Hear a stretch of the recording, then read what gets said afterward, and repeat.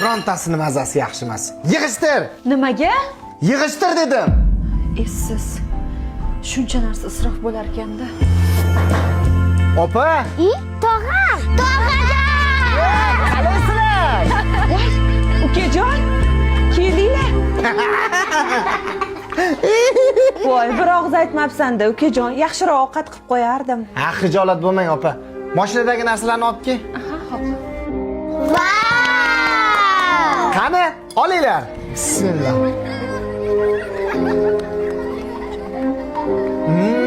Hil bo'lib ketibdi. Qanday bunday shirin qilib pishirding? Qani salatdan yeb ko'raylik, qani? Bismillah. Salatdan buncha mazali. Opa, bitta yeb ko'ring-da. Haqiqatda shirin ekan. Chet elda oshpazlar baribir boshqachada. Endi pastda nash restorandan zakaz qilib bo'ptimi? Men qarang, boya shu ovqatlarni bemaza, ta'mi yo'q deyatuvdingiz. Qanday birpasda shirin bo'lib qoldi? Bitta narsani tushundim, xotin. Ovqat shirin qiladigan narsa qimmat masalliq, chet elning oshpazi emas ekan. Har bir narsani mazali qiladigan narsa jigarlaring bilan baham ko'rishingda ekan. Bolalar astiraq jinglar menga ham qolsin.